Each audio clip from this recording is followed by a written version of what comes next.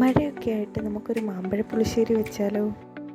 മാമ്പഴക്കാലം കഴിഞ്ഞിരുന്നെങ്കിലും നമുക്ക് അത്യാവശ്യം പുളിയും മധുരമുള്ള ഒരു മാമ്പഴം കിട്ടിയിരുന്നു.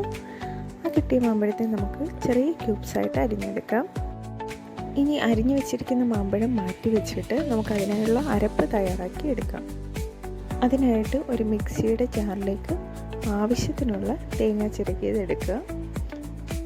അതിലേക്ക് 1 സ്പൂൺ മുളക് പൊടി, 1/4 ടീസ്പൂൺ ജീരകം, 1/4 ടീസ്പൂൺ ഉലുവാപ്പൊടി, ആവശ്യത്തിന് ഉപ്പ്, ഞങ്ങളിവിടെ പരലുപ്പാണ് ഉപയോഗിക്കുന്നത്, പിന്നെ കുറച്ച് കറിവേപ്പില കൂടി ഇടാം. ഇനി ഇതെല്ലാം കൂടി ഒരു പേസ്റ്റ് പരുവത്തിൽ അരച്ചെടുക്കാം. പിന്നെ നമ്മൾ ഇവിടെ വെള്ളമല്ല ഉപയോഗിക്കുന്നത് അരയ്ക്കാനായിട്ട്, നല്ല കട്ടി തൈരാണ് ഉപയോഗിക്കുന്നത്. അപ്പോൾ ഈ വീഡിയോയിൽ നിങ്ങൾക്ക് കാണാൻ കഴിയും നമ്മൾ എത്രമാത്രം തൈര് എടുക്കുന്നുണ്ടെന്ന്. എന്നിട്ടൊന്ന് നിർത്തി അരച്ച് കൊടുക്കുക. എന്നിട്ട് അതിൻ്റെ പരുവം നോക്കുക. ഈ ഒരു പേസ്റ്റ് കൺസിസ്റ്റൻസിയിൽ കിട്ടണം. ഇനി നമുക്ക് മാമ്പഴ പുളിശ്ശേരി ഉണ്ടാക്കാൻ തുടങ്ങാം. അതിനായിട്ട് ചൂടായ ചട്ടിയിലേക്ക് അല്പം എണ്ണയ്ക്ക് പകരം ഇവിടെ നമ്മൾ നെയ്യാണ് ഉപയോഗിക്കുന്നത്. നെയ്യ് 2 സ്പൂൺ ഒഴിച്ച് അത് ചൂടാവാൻ വെക്കുക. അതൊന്ന് ചൂടായി വരുമ്പോഴേക്കും നമ്മൾ അരിഞ്ഞു വെച്ചിരുന്ന മാമ്പഴം ചേർത്ത് കൊടുക്കുക. അതിനുശേഷം നന്നായിട്ടൊന്ന് ഇളക്കി കൊടുക്കുക. ഇവിടെ നമ്മൾ സ്റ്റൗ അല്ല ഉപയോഗിക്കുന്നത്, പകരം വിറകടുപ്പാണ് ഉപയോഗിക്കുന്നത്.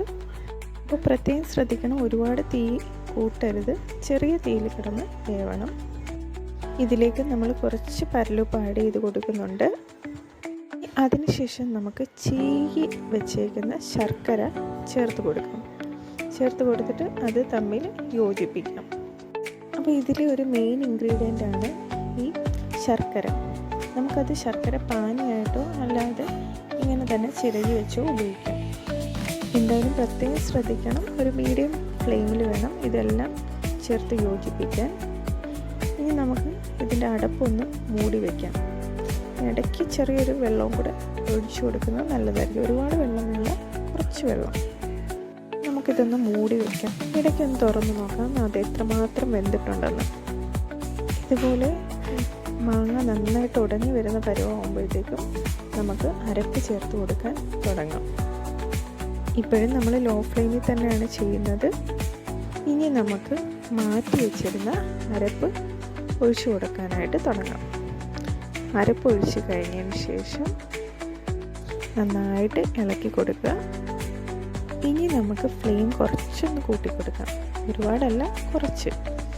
ഇനി ആ ഒരു അരപ്പിലോട്ട് ശകലം വെള്ളം ആഡ് ചെയ്ത് കൊടുക്കാം. ഇനി നമുക്ക് എത്രമാത്രം വെള്ളം വേണോ അത്രയും നമുക്ക് ആഡ് ചെയ്ത് കൊടുക്കാവുന്നതാണ്. അതിനുശേഷം നന്നായിട്ട് ഇളക്കി യോജിപ്പിക്കുക. ഇതിൻ്റെ ഇടയിൽ നമുക്ക് ഉപ്പൊന്ന് നോക്കാവുന്നതാണ്. ഉപ്പ് കുറവാണെങ്കിൽ കുറച്ച് ഉപ്പ് പരലുപ്പ് ചേർത്ത് കൊടുക്കാവുന്നതാണ്. ഈ ഒരു ഫ്ലേവറിന് വേണ്ടിയിട്ട് കുറച്ച് ഒരു തണ്ട് കറിവേപ്പില കൂടി ചേർക്കാവുന്നതാണ്. അപ്പോൾ ഒരു ചെറിയൊരു ഫ്ലേവർ ഇറങ്ങും അതിൻ്റേതായിട്ട്. അതിനുശേഷം നമുക്കിത് അടുപ്പത്തുനിന്നൊന്ന് മാറ്റി വെക്കാം. ഇനി കടു വറുക്കാനായിട്ട് ഒരു ചീനച്ചട്ടി എടുത്ത് അത് ചൂടായ ശേഷം നമുക്ക് 2 ടേബിൾ സ്പൂൺ നെയ്യ് ഒഴിക്കാം. ഇവിടെ എണ്ണ ഉപയോഗിക്കരുത്, നെയ്ക്കകത്ത് തന്നെ കടു വറുക്കുക. ഇനി കുറച്ച് കടുക് അതിനകത്തേക്ക് ചൂടായി വരുമ്പോൾ കുറച്ച് കടുക് ഇടുക. വിറകടുപ്പായതുകൊണ്ട് പ്രത്യേകം ശ്രദ്ധിക്കണം, ചെറിയ ഫ്ലെയിമിൽ വേണം ചെയ്യാൻ. ഇനി ആ കടുക് ഇട്ടതിന് ശേഷം കുറച്ച് ഉലുവ കൂടി ഇടുക. ഉലുവയും കൂടി ഇട്ട് കഴിഞ്ഞാൽ കുറച്ച് വറ്റൽമുളക് അരിഞ്ഞിടുക. ഇതെല്ലാം കൂടെ ഒന്ന് കൂട്ടി യോജിപ്പിക്കുക. ഇതെല്ലാം ഒന്ന് കടുകൊക്കെ ഒന്ന് പൊട്ടി വരുമ്പോഴത്തേക്കും കുറച്ച് കറിവേപ്പില കൂടി ഇട്ടേക്കണേ. സാധാരണ നമ്മൾ കടുക് വറുക്കുമ്പോൾ കുറച്ച് ചെറിയ ഉള്ളി കൂടി ചേർക്കാറുണ്ട്. ഇതിന് അതിൻ്റെ ആവശ്യം വരുന്നില്ല. കറിവേപ്പില കൂടി ആഡ് ചെയ്യാം. എന്നിട്ട് എല്ലാം കൂടി ഒന്ന് യോജിപ്പിച്ചിട്ട് ഒന്ന് മൂപ്പിച്ചെടുക്കുക. ഇത് നന്നായി ഒന്ന് മൂത്ത് വന്നതിന് ശേഷം അടുപ്പത്തുനിന്ന് നമുക്ക് വാങ്ങി നമ്മുടെ മാറ്റി വെച്ചിരിക്കുന്ന മാമ്പഴ പുളിശ്ശേരിയിലേക്ക് പതിയെ ആഡ് ചെയ്ത് കൊടുക്കുക. അപ്പോൾ നമ്മുടെ മാമ്പഴ പുളിശ്ശേരി ഇവിടെ റെഡിയായി വന്നിട്ടുണ്ട്. ചൂടോടെ തന്നെ നമുക്കിത് സെർവ് ചെയ്യാം. നിങ്ങൾക്ക് ഈ വീഡിയോ ഇഷ്ടമായെങ്കിൽ ഒന്ന് ലൈക്കും കമൻറ്റും ചെയ്തേക്കണേ. Thank you.